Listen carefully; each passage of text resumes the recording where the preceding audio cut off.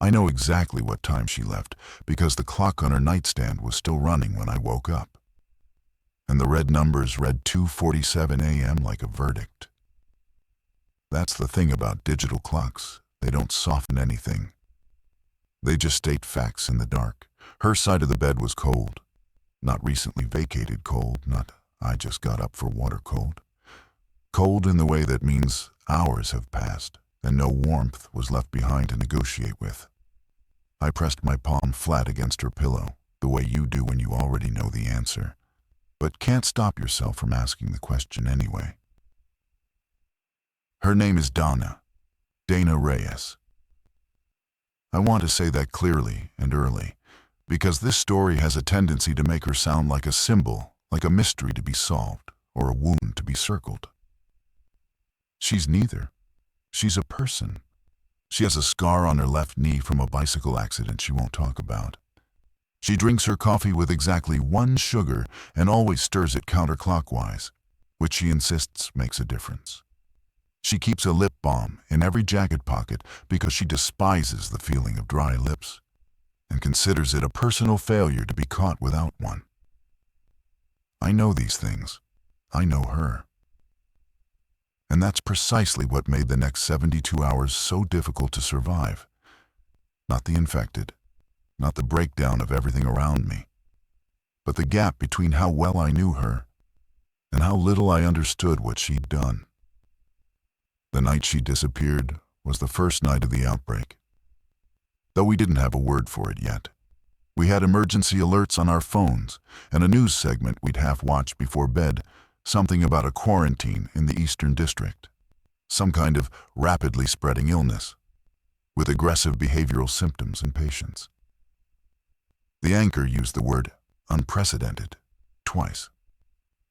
Dana muted the television and said, "They always say unprecedented.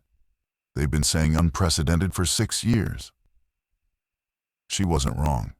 We went to bed skeptical.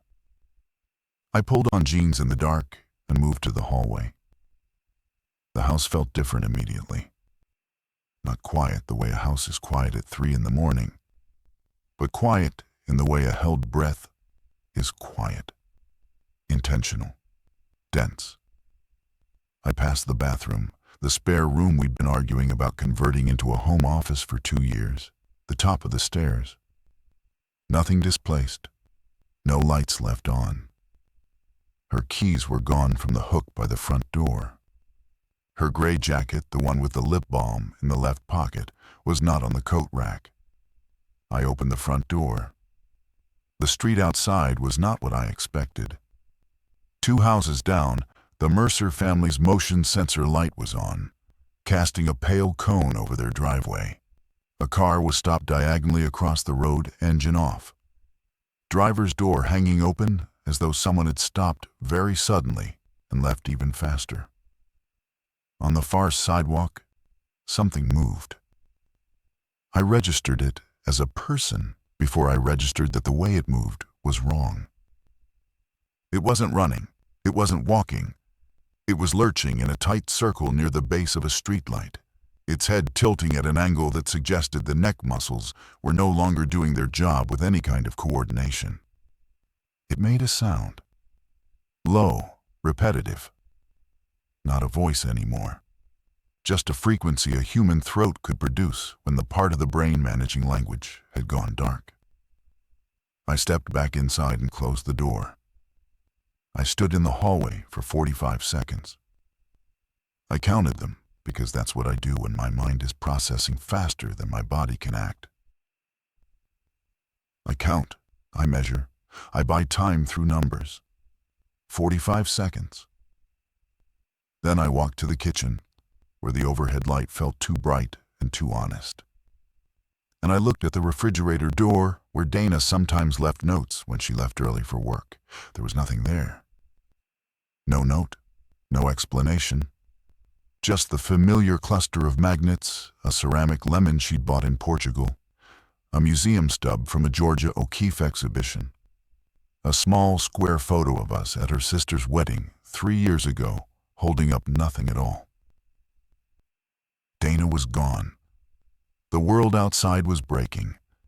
and I was standing in my kitchen at 2:52 in the morning with no idea which of those two facts I was more afraid of. By 4 a.m., the emergency alert system had sent 3 messages in succession, each one escalating in tone in a way the previous message seemed to be apologizing for.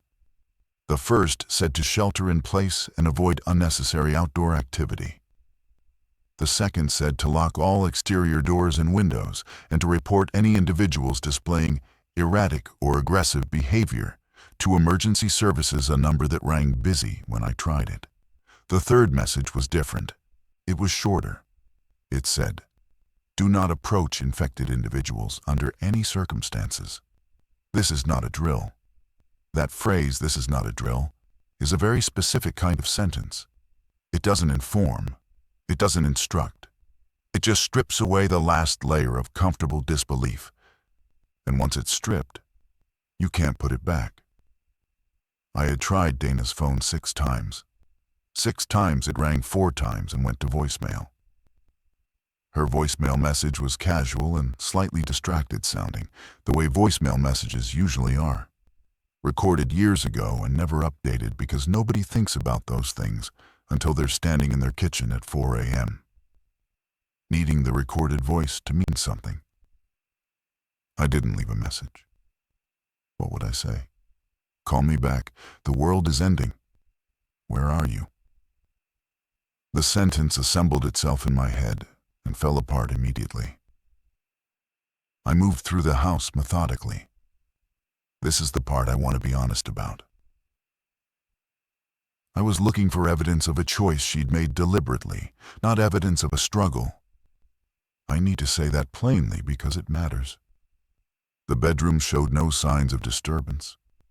Her nightstand drawer was closed. Her reading glasses were on top of it, which meant she hadn't packed in any hurry. Dana couldn't drive without her glasses, not at night. But her car keys were gone, and her car was gone from the driveway. So either she drove without them, or she had her spare pair somewhere I'd forgotten about. The bathroom. Her toothbrush was in its holder. Her phone charger was still plugged into the wall socket beside the sink, cord coiled neatly. She had not packed a bag, at least not a visible one. I checked the closet, the hallway cabinet, under the bed. Nothing obviously missing except her keys, her gray jacket, and her car. Our neighbor, Marcus Ewan, knocked on my back door at 4:20 a.m. I knew it was Marcus, because he knocked the same way he always did, 3 fast knocks, and then a pause, like punctuation.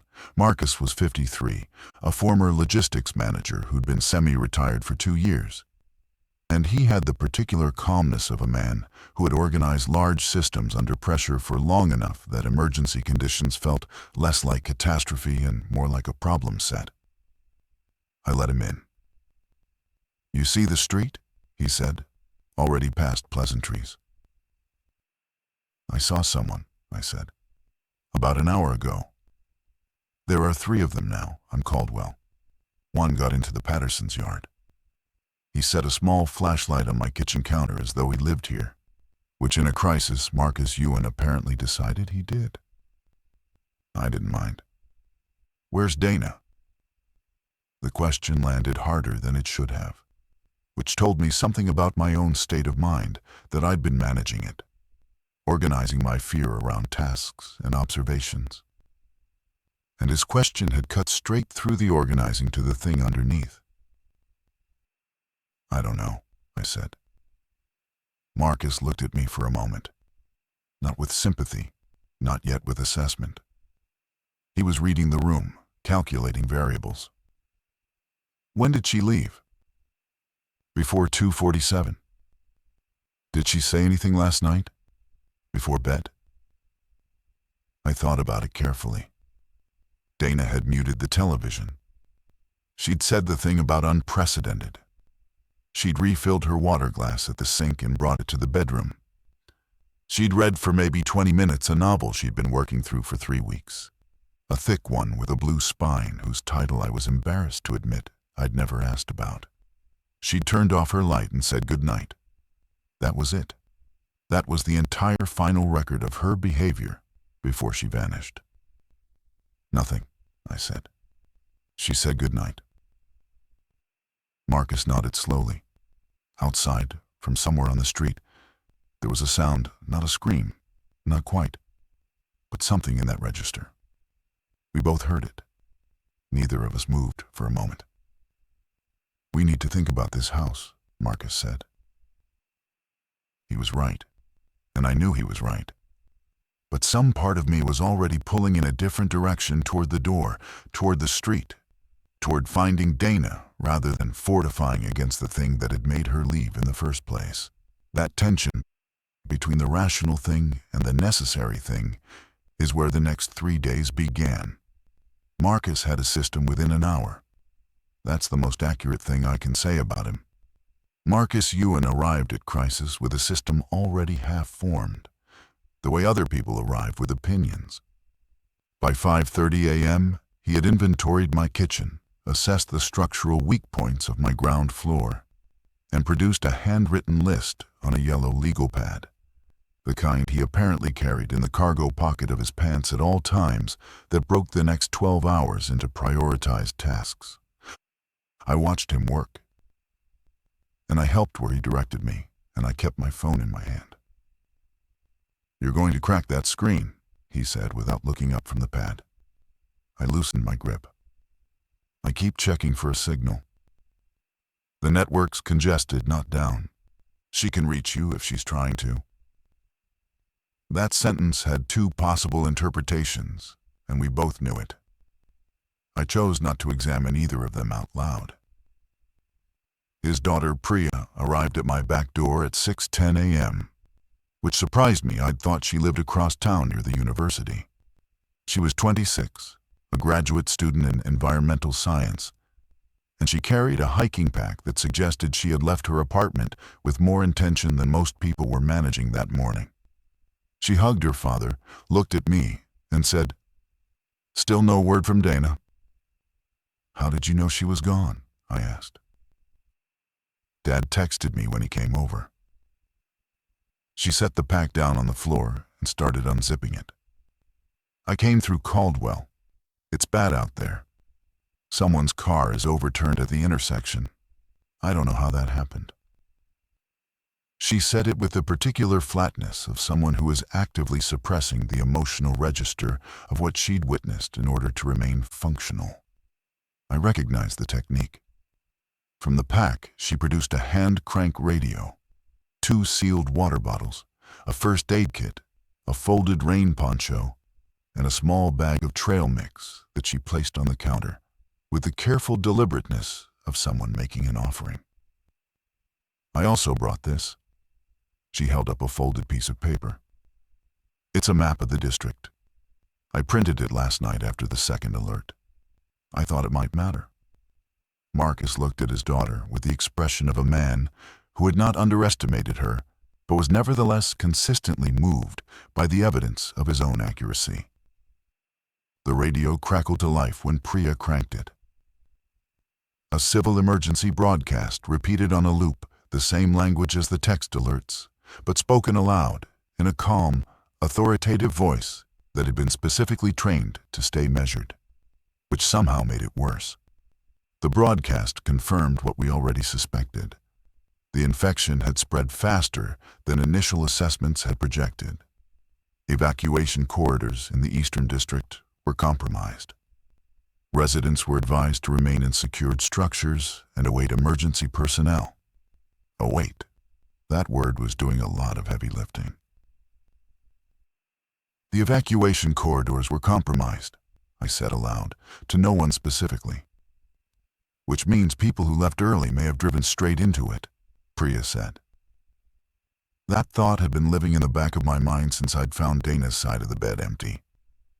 And hearing it spoken in plain language by someone else was like watching a door open that I didn't have the courage to open myself. If Dana had left before 2:47, and if the eastern evacuation route was already infected, and if she didn't know that because she'd left before the 3rd alert. "She grew up east of here," I said.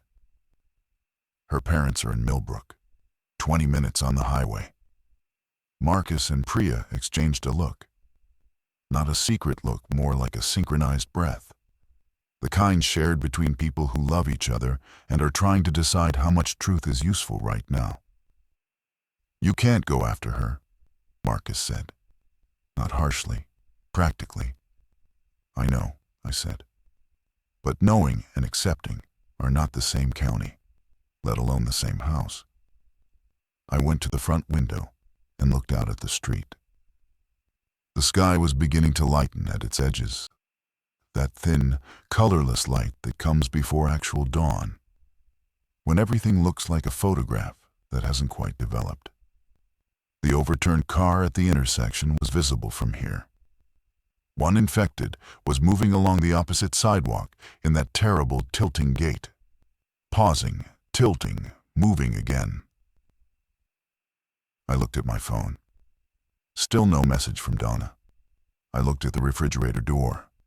Ceramic lemon, museum stub, wedding photo, nothing. The first full day passed in the grammar of survival tasks. Boarding, rationing, mapping, listening. Marcus ran it like a project. Priya executed it with a precision that made me feel occasionally useless and consistently grateful. I moved between them, contributing where I could, and tried not to let the space between actions fill with the specific dread of not knowing where Dana was. At 11 a.m., a woman appeared at my front door. She knocked hard, not Marcus's punctuated knock, but something urgent and uneven. The knock of someone who has been moving fast and is fighting the urge to simply start screaming instead. I checked the window before opening it, which was a habit I'd already developed in less than 9 hours. She was mid-30s, dark coat, no bag, a shallow cut above her left eyebrow that had bled and dried.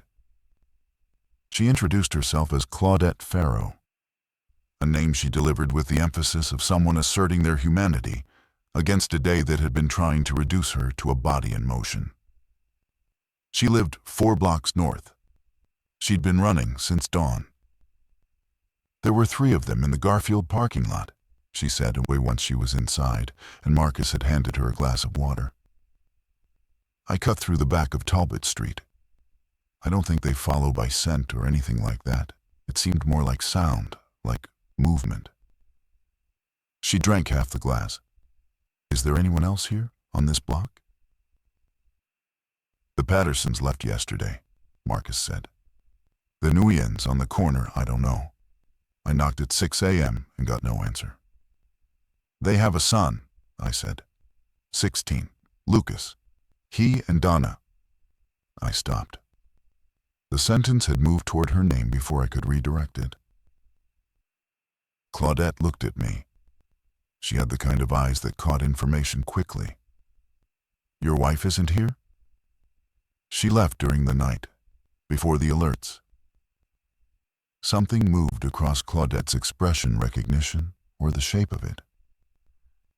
"My husband left at 2 in the morning," she said quietly. "He said he was going to check on his brother in Millbrook. He took the car." She paused. "He didn't come back." The word Millbrook landed in the room like a stone into still water. I watched the ripple move outward across all 4 of us. "Dana's parents live in Millbrook," I said. Claudette set down the water glass. "Did she know about the Eastern Corridor?" "She left before the 3rd alert." Another silence. The radio was still playing in the background. The looped broadcast, unchanged, relentlessly calm. "They might have turned back," Priya said. "If they saw the highway, they might have turned back." She was doing the same thing I was, building the version of events that kept people alive. It's not delusion exactly. It's the mind's first survival strategy construct, the scenario where the people you love are still moving. "Maybe," Marcus said. And he said it with the gentleness of a man who had learned not to take that kind of maybe away from people too quickly. I went to the back bedroom, not our bedroom, the spare one, and sat on the edge of the bed and looked at my phone. I opened a text thread to Dana. The last message was from 2 days ago. She'd sent me a photo of a coffee cup at the cafe near her office with the caption, "1 sugar, counterclockwise. Perfect." It was a joke between us, an acknowledgement of her particular ritual. I'd replied with a single heart. I typed, "I don't know where you are. Please tell me where you are." I stared at it for a long time before I hit send. I watched the screen. The message delivered. A single gray check mark. Not two, not blue. Just delivered into the air, into the network, into wherever she was. I stayed in that room for 10 minutes. Then I went back out to the others because staying still felt like a choice I couldn't afford. The second day began with fog. Not metaphorical fog, actual fog. The heavy coastal kind that erases middle distances and makes familiar streets look like they belong to a different city. I woke before Marcus and Priya, who'd taken the couch and the armchair respectively, and I stood at the kitchen window with coffee I'd made quietly in the dark, watching the gray nothing outside. And I made a decision. I was going to search the house properly, not the way I'd searched it on the first night, panicked, reactive, looking for signs of struggle or forced departure. I was going to search it the way Dana herself would search something, methodically, with attention to the details other people dismiss as minor. She was a tax accountant. She spent her professional life inside the overlooked corners of other people's financial lives, finding the small discrepancies that told large stories. She'd once told me that the most important information was never the headline number. It was always the footnote. People lie in summaries, she said. But they tell the truth in the details because they forget anyone's looking. I started with her desk in the corner of the living room. Dana's desk was her personal jurisdiction. I never touched it without asking, which was a household rule we'd established, not from distrust, but from the understanding that certain spaces function as extensions of the self, and invading them uninvited is a small violence regardless of intent. But she was gone, and the world outside was decomposing, and I set aside the rule. The desk surface held the usual organized density: a planner, a cup of pens, a small wireless keyboard pushed to one side, a ceramic dish holding paper clips, and a single guitar pick from the years before we met, when she'd played in a band she never talked about in detail. I opened the planner. Dana used a paper planner in the age of digital calendars because she believed that writing something down physically committed it to memory in a way that typing could not replicate. The current week was open. Monday, 2 days before the outbreak. Dentist, 3 p.m. Crossed out with a single line. Rescheduled, I remembered, because a client meeting ran long. Tuesday, the day before. Pick up dry cleaning. Call Elena. Elena was her younger sister, who lived 2 hours south. The words, "Call Elena," were underlined ones. Wednesday, the day of the outbreak, the day Dana disappeared. There was a single entry that I had to read 3 times to understand what I was looking at. It said, "Mom's appointment. Tell Marcus." I stood very still. Her mother's appointment. Sandra Reyes had been managing an early-stage cardiac condition for 18 months. She had regular check-ins at a specialist clinic in Millbrook. Dana had mentioned it. Of course she'd mentioned it. I'd known about it, but in the accumulation of ordinary life. The specific date had not registered in my mind as something that intersected with the outbreak. Because why would it have? No one schedules their emergencies around cardiac appointments. Tell Marcus? The question was the anomaly. Why would Dana need to tell Marcus anything about her mother's appointment? Unless the appointment was connected to something larger. Unless Dana had been planning to leave that day regardless, for reasons that predated the outbreak by days or weeks, and the question of whether to tell Marcus, our anchor, our steadiest neighbor, was part of a departure she'd been managing quietly, in footnotes, in the places she'd assumed no one would look. I sat down in her chair. I pressed both palms flat against the desk surface. I looked at the ceramic lemon magnet on the refrigerator from across the room. I looked at the wedding photo. I looked at the blue-spined novel she'd left on her nightstand, the one I'd never asked the title of. I got up, went to the bedroom, and picked up the book. The cover read, "How to Leave a Life You Love." It was not a novel. It was a self-help book. I opened it to where her bookmark sat 2/3 of the way through, and I looked at the page without reading it, because the room had tilted slightly and I needed a moment to let it level out again. I put the book back exactly where I'd found it. I'm not sure why habit, maybe, or the instinct to preserve evidence without contaminating it. I went back to the kitchen and stood at the counter and looked at the coffee in my hand as though it belonged to someone else. Marcus appeared in the doorway at 6:45, immediately reading my posture. He said nothing at first, just moved to the coffee maker and poured himself a cup. He was a man who understood the difference between silence that needed filling and silence that needed witnessing. "I found something," I said. He waited. I described the planner entry, the appointment, the note, "Tell Marcus." He listened with a particular quality of attention that serious people have, not active, not nodding along, just entirely present and consuming. "She came to talk to me about 2 weeks ago," he said when I finished. Not with surprise, not with apology, with the measured delivery of someone who had been deciding whether this moment would ever arrive. I set down the coffee. "She didn't tell me to keep it from you," he continued, "but she asked me not to bring it up. She said she was working something out." He paused. "She said her mother had been having a harder time than she'd been telling you, and that she was thinking about what that required of her." "What that required of her?" I repeated. "She was worried about asking too much of you. She used those words. She said she didn't want to ask too much." He looked at me steadily. "I thought she meant the practical logistics. Extra trips to Millbrook, maybe some temporary arrangement while Sandra recovered from a procedure." I didn't read it, as I didn't think she meant. "The book," I said. "What book?"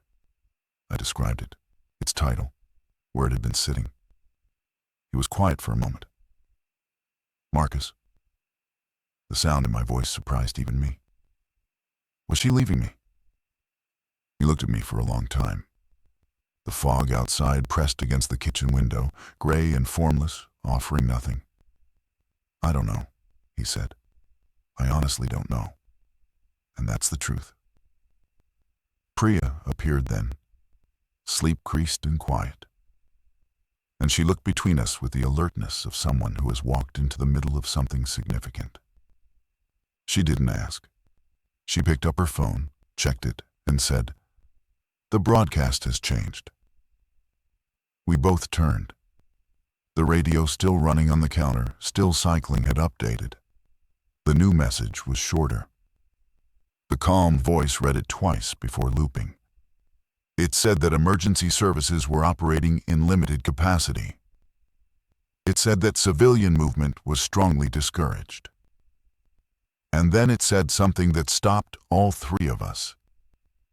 It said that individuals requiring access to medical facilities in the eastern sector should be aware that those facilities were operating in emergency protocol only, and that pre-scheduled appointments had been suspended indefinitely. Sandra's appointment, Dana's mother, the cardiac specialist in Millbrook. Dana had left in the middle of the night to get to her mother, not from a planned departure, not from a book, from the most ordinary, irreducible love. A daughter hearing a fragment of news about a quarantine near the place. Her mother lived. and deciding she could not lie still and wait. I felt the floor of my understanding shift again, but in a different direction this time. Claudette appeared from the back bedroom where we'd put her. She'd heard the broadcast. If she went to Millbrook, she said carefully, she went the same direction as Devon, her husband. The highway. We all knew what the highway meant now. Lucas Nguyen knocked on the back door at 8:30 a.m. He was the 16-year-old from the corner house. Dana's parents had known his family for years, which was why the connection surfaced in my mind when I heard his name. He was soaked from the fog, which had thickened into something approaching light rain, and he was carrying a basketball, which told me something about the state of his morning, that he'd picked it up before leaving the house, the way you reach for familiar objects when the unfamiliar becomes unmanageable. He'd been alone in the house since yesterday. His parents had left before the second alert. His father had a shop in the Eastern District. His mother had gone to help. Neither had returned. He'd sheltered in place the way the alerts instructed, and then this morning he had apparently decided that following instructions alone in a locked house was no longer a viable emotional position. I let him in. Marcus gave him food.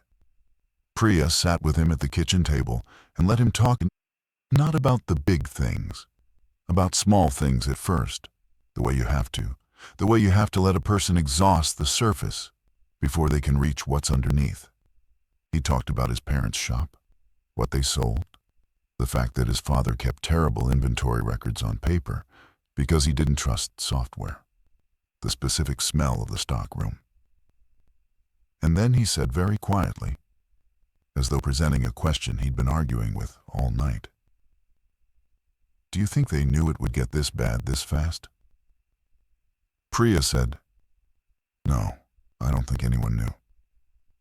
"Dana knew something," he said, "or like she knew enough. I saw her leave. I was awake. I had my window open. I heard her car." He looked at me.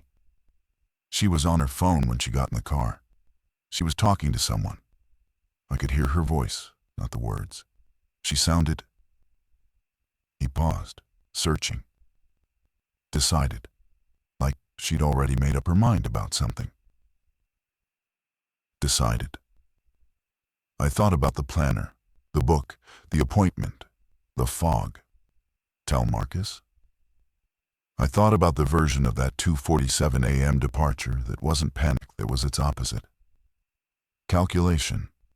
A woman who had been thinking about a thing for weeks, and when the news finally gave her an undeniable reason, she got up and she went. She was going to her mother, I said. Partly to Lucas, mostly to the room, mostly to make the sentence solid enough to hold its shape. "Yeah," Lucas said. "Maybe." He put the basketball on the floor and looked at it. My dad would have gone for the shop. Even with all this, he would have gone for the shop because it's what he built. He looked up at me. People go for the things they built. He was 16, and he had just said one of the most precise things I'd heard in my adult life. I excused myself and went to the spare room and sat on the edge of the bed again and looked at my phone. Still one gray check mark on my message to Donna. Still delivered. Still not read. I opened the photo she'd sent me, the coffee cup. 1 sugar counterclockwise. Perfect. And I kept it on the screen. I didn't analyze it. I didn't extract meaning from it. I just looked at it for a while. The way you hold a compass when you're trying to reestablish north. Then I heard something from outside the window, not an infected sound, something different. A car engine, running and then stopping. Somewhere close. The car was a silver sedan, parked at an angle against the curb, 2 houses down, the Pattersons' empty house engine off now, ticking in the damp morning air. The driver's door opened, and Claudette made a sound beside me at the window, a compressed, involuntary sound, and then pushed past me toward the front door. Claudette, Marcus said sharply. She stopped with her hand on the doorknob. She had recognized the car. Check the street first, he said. Both directions. She looked. We all looked from the windows. The fog was limiting visibility to roughly 40 meters, which was the most unsettling possible distance, close enough to see shapes, not close enough to read them. The street appeared clear. Appeared. Claudette opened the door and moved quickly to the sidewalk. The driver of the silver sedan stepped out and was indeed Devin Farrow, her husband. Tall, wearing a jacket that had seen recent damage along one sleeve, moving with the careful gait of someone managing pain but refusing to show it comprehensively. He saw Claudette and stopped walking. And they covered the remaining distance at speed and held each other in the middle of the street for a long moment, while Marcus watched the fog at both ends of the block with the expression of a man who understood that sentiment and threat assessment must run simultaneously. We got them both inside. Devin sat at the kitchen table and accepted water, and then told us what he'd seen. He'd made it halfway to Millbrook on the highway before the traffic had stopped completely. Not a jam, not an accident backup, but a full stop. Cars abandoned in lanes, doors open, luggage scattered on the asphalt. He had not gone further. He had turned around on the shoulder, which took 20 minutes of careful maneuvering, and driven back at low speed with his headlights off and his windows up. The highway's not passable, he said. Not in a car. Maybe on foot if you knew what you were doing, but in a car, no. He looked at Claudette. I should have turned back sooner. I didn't want to. He stopped. His brother is in Millbrook, Claudette said to me quietly. I understand, I said. And I did. I didn't see anyone I recognized on the highway, Devin said. He was looking at me carefully, which told me Marcus had communicated something while I'd been in the other room. I was watching. If your wife drove that route? He paused, choosing the architecture of the sentence. I was on the highway no later than 4 a.m. If she left before 2:47, she'd have been ahead of the worst of it. She could have made it through before the traffic collapsed. That sentence was a precisely engineered mercy, and I accepted it the way you accept a hand up from uneven ground, not because you're certain it'll hold your weight, because you need to stand up anyway.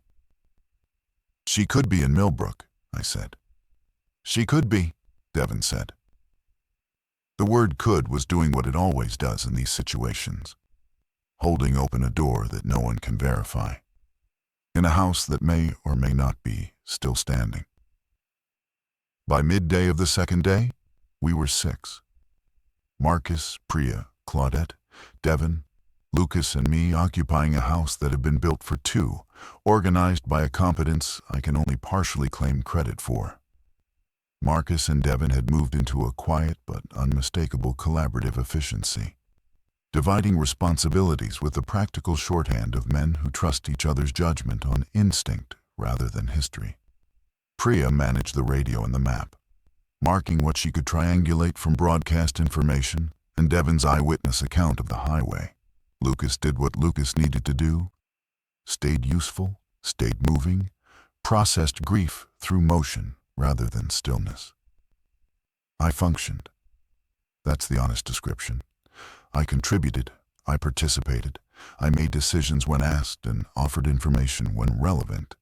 But there was a partition between my functional self and the part of me that was living in the question of Dana. And maintaining that partition was itself a kind of labor that cost something continuous and unquantifiable. At 1 p.m., I went back to her desk. I'd been thinking about the planner entry all morning. Specifically, the phrase, "Tell Marcus?" I'd interpreted it as Donna asking herself whether to inform Marcus of her planned absence, whether to loop him in before she left. But I'd been reading it as a perspective note, meaning a thought recorded in advance of the departure. What if it was a reminder written days earlier? And the question mark wasn't uncertainty about whether to tell him it was a reminder to tell him something specific. A piece of information she was carrying that she thought Marcus, with his logistics mind and his district knowledge, should have? I went through the desk drawer beneath the planner. Pens, stamps, a rubber band that snapped when I touched it, a folded receipt from a pharmacy, nothing. Second drawer.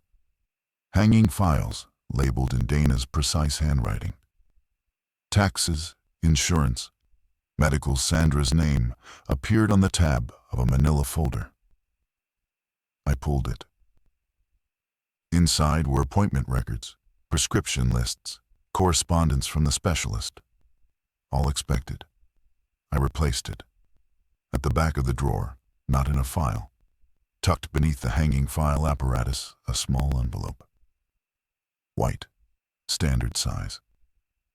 My name on the front in Dana's handwriting. Not her everyday handwriting, the quick, economical print she used for grocery lists and planner entries. This was her careful handwriting, the version she used for cards, for things that mattered. I held it for a long time before I opened it. Inside, a single folded page. I unfolded it. I read it. I'm not going to reproduce the full letter here, even now. Some of it is mine in a way that resists narration. But I can tell you the essential structure of what she'd written, because the structure is what broke everything open. She'd written it 3 days before the outbreak. She'd written it as a contingency, not a farewell. She was explicit about that. But a contingency in case she needed to go to Millbrook quickly, and I woke before she could call and explain. She'd been planning a trip to help with her mother's procedure, expected to be gone 4 or 5 days. She hadn't told me yet because she was still calibrating how to explain the scope of Sandra's decline, worse than Dana had communicated to me. Significantly worse, without triggering the specific guilt she knew I would carry about not having known sooner. She loved me. The note said that plainly and without decoration. She was not leaving me. The note said that too. She had left a note. She had left it in the wrong place, hidden in the back of a drawer I had never opened. Addressed to me, but positioned where a person could only find it if they were already looking. I put my back against the desk, and I slid down to the floor. And I sat there on the hardwood and looked at the ceiling and felt something move through me that I don't have a clean name for. Relief and grief and shame and anger and love all running through the same channel at the same time. Indistinguishable from each other. I had spent 2 days building a story out of a book title and a planner margin note and a cold pillow. And the actual story had been in the desk drawer waiting. I told them at 2 p.m. I didn't read the letter aloud, I paraphrased it, selecting what was structurally relevant and leaving the rest as mine. Marcus heard it the way he heard most things, with patience and without visible reaction until he had processed it fully. Priya allowed herself a long exhale and then a small, controlled smile. Claudette looked at me with an expression I can only describe as recognition, the expression of someone who has also been constructing worst-case architecture all morning and is being offered an alternative blueprint. Devin said, "If she left before 2:47 and the highway was still clear at 4 when I turned back, she had a window. She may have made it." Lucas said nothing.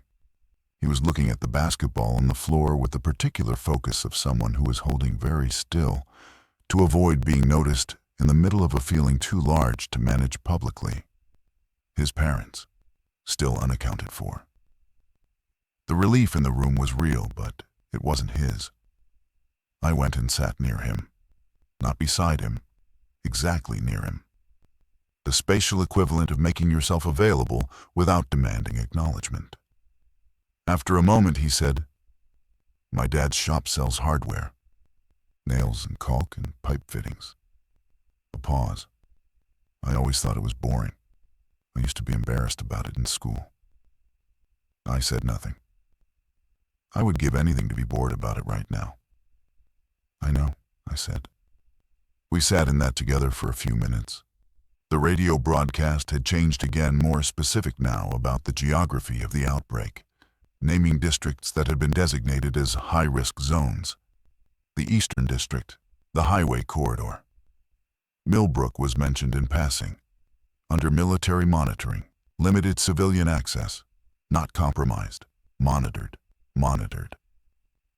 That word was the difference between two very different futures. I checked my phone again. Still one gray check mark. Still delivered. Still not read.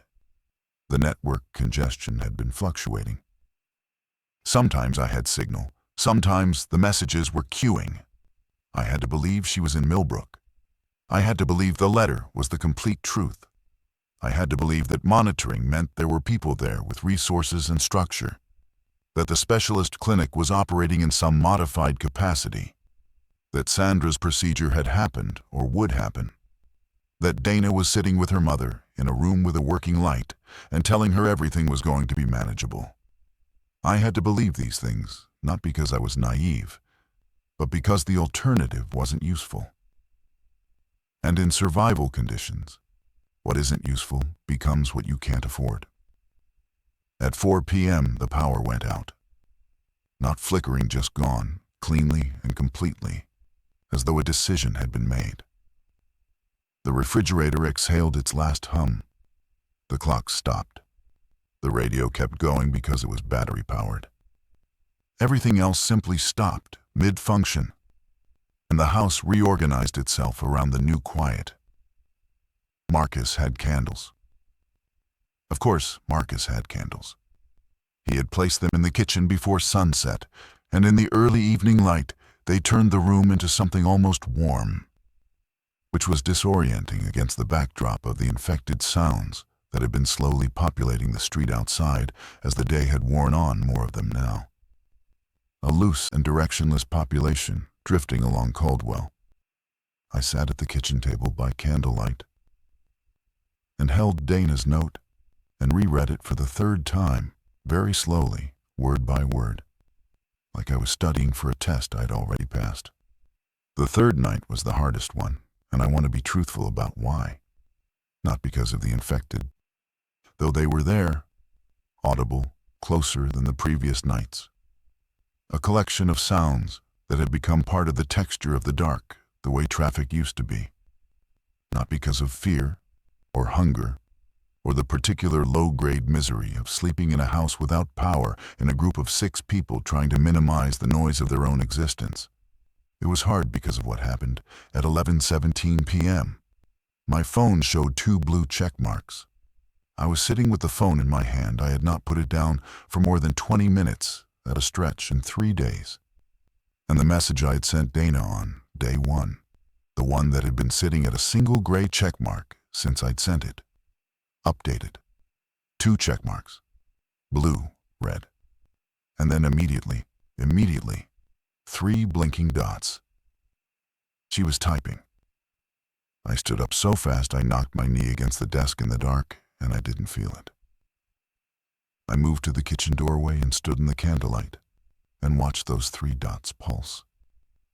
They pulsed for a long time, too long for what she eventually sent, which was 4 words.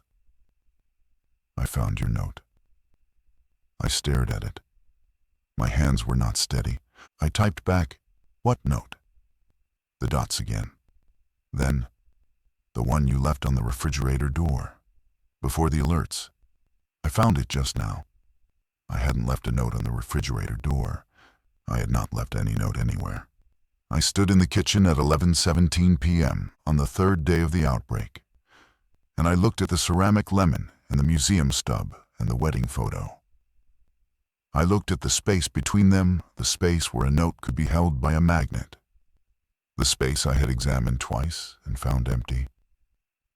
I typed, Donna. I didn't leave a note. There was no note. A long pause, much longer than before. long enough that I stopped breathing with the same regularity. Then, it's in your handwriting. It has your handwriting. It says, you understood, that you knew I needed to go, and you weren't angry, and you'd be there when I got back. I sat down on the kitchen floor. I had not written those words. I had not written anything. I had stood in this kitchen on the first morning and looked at the empty refrigerator door and confirmed that there was no note and constructed 2 days of interpretive scaffolding on the foundation of that absence. Someone had left a note in my name. I looked up. Marcus was standing in the kitchen doorway, awakened by my movement, reading the room the way he always did. I held up the phone. He read the screen. His expression moved through several registrations. Very quickly, surprise, calculation, and then something that looked like reluctant recognition. The morning I came over, he said slowly. Before you came to the door, I came around back and the back door was unlocked. I let myself in. A pause. I had a notepad. He was looking at me with the expression of a man assembling an answer he wishes he'd thought to offer 3 days ago. I wrote you a note about the back door lock. I left it on the counter. He stopped. I didn't leave it on the refrigerator. Dana says it's on the refrigerator. Then it moved. Another pause. Or I did leave it there. It was 4 in the morning. I may have. But that wasn't the whole answer, and we both knew it. Because a note about a back door lock in Marcus's handwriting would not read, I understood. I knew you needed to go. I'm not angry. I'll be here when you get back. Someone had left a note. I didn't write it. Marcus didn't write it. I typed to Donna. Read me exactly what it says. She read it to me, word, by text, from a room in her mother's house in Millbrook, where she was sitting in the dark with a phone at 11% battery and a charging cable that didn't fit any available power source. She was fine. Sandra was stable. The procedure had been performed on schedule by a cardiologist who had apparently decided that cardiac emergencies did not observe outbreak protocols. Dana had been trying to reach me since the network opened up. My earlier messages had arrived in a cluster at 11 p.m. She was fine. I stayed on that sentence for a moment before moving to the next problem. The note, as she read it to me. Dana, I know why you went. I've known for a while that your mother needs you more than you've said. Go. Take care of her. I'll be here. I'll keep the house. Come back when it's right to come back. I love you and I'm not angry. And I never thought you were leaving. I read it back to myself twice. The note was accurate. Every sentence was something I would have written if I'd written it. The emotional intelligence of it, the specific reassurances it offered, addressing the precise guilt I knew Dana would have carried about leaving without explanation, was calibrated to her psychology, not mine. Not in the sense that I couldn't have written it, I could have, but in the sense that someone who knew Dana well enough to write to her particular fears had composed it. I looked at Marcus. He was quiet for a very long time. Priya, he said finally. Not a question, an answer.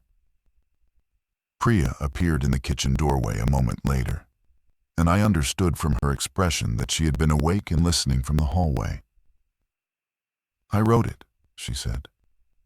I'm sorry, I should have told you. She'd written it the first morning, while I was in the spare room with my phone and Marcus was boarding windows. She'd found the planner, the book.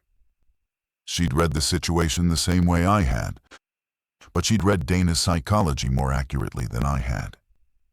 And she'd understood immediately that Dana had not chosen departure over marriage, but had chosen obligation alongside it, and that the critical damage being done in that house was not in Dana's absence, but in the story I was building around it. You forged a note from me to my wife, I said. I gave your wife the thing you would have wanted her to have if you'd known she needed it, Priya said. She wasn't defensive.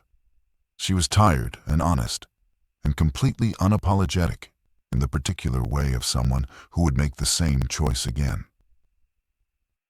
I sat with that. Outside, the infected sounds continued. The candles burned. Lucas was at the kitchen table now, awake, having heard everything, looking at me with the focus of someone who was watching an adult demonstrate how to process something complicated without breaking. I texted Donna. I didn't write it, but everything it says is true. Her reply came quickly this time. I know, I thought it was yours, but it doesn't matter who wrote it. It's true? It's true, I wrote back. Then it's yours, she said. Her battery died 11 minutes later, mid-conversation. The screen went dark, but the last message sat there, clean and final. Then it's yours. On the morning of the fourth day, the military arrived, not dramatically, not with the cinematic weight of rescue, but practically and efficiently, in 3 vehicles moving slowly up Caldwell, with a loudspeaker instructing residents to display themselves at windows or front doors and await contact. We displayed ourselves. A young soldier in full gear came to the door and asked how many people were in the structure, their health status, their mobility. He wrote it on a form. He told us a secondary evacuation was being organized through the northern district, not the eastern corridor, not the compromised highway, but a route maintained through the previous night that remained clear. Is Millbrook accessible? I asked. Monitored and cleared, he said. Civilian reunification is being coordinated through the community center at Northgate. If you have family there, there's a registry. He handed me a printed sheet with a phone number and a physical address. You can register her name. She can register yours. They're matching people. A registry.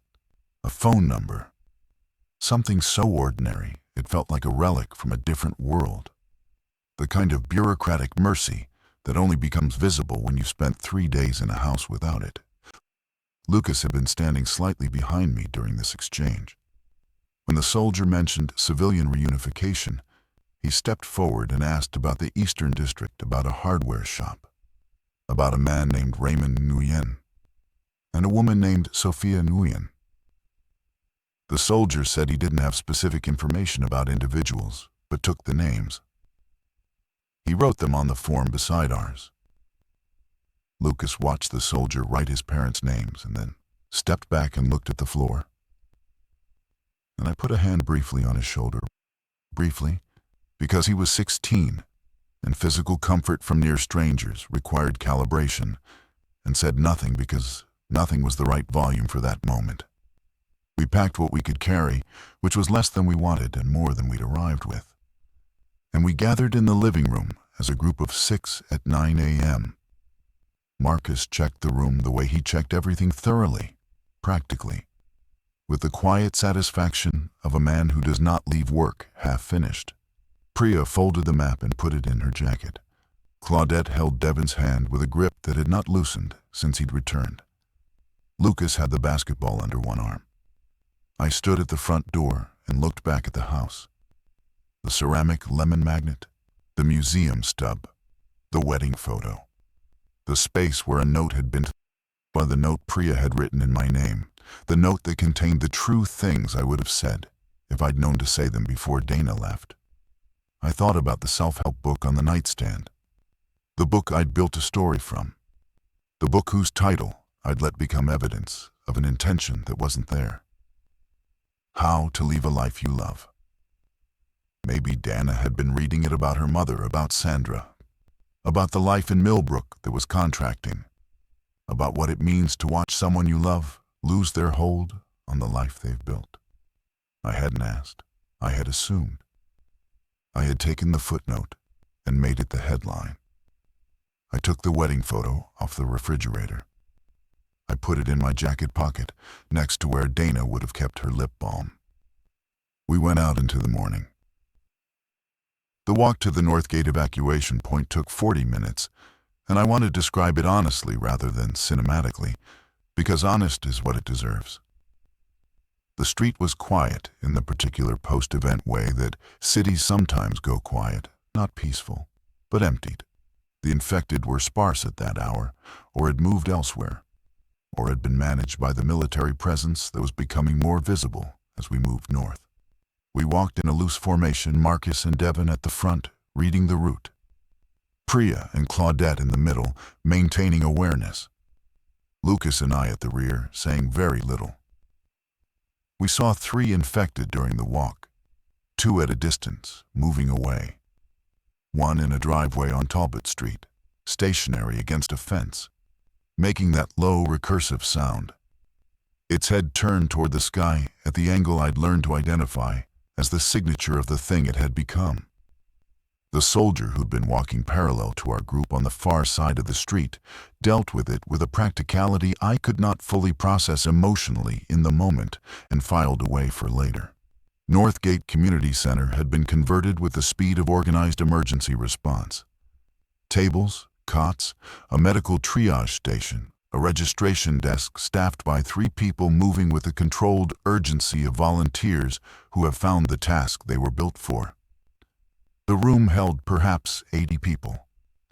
Some sitting, some standing, some at the registration desk, some on the phone using the community center's landline in a way that made the landline look sacred.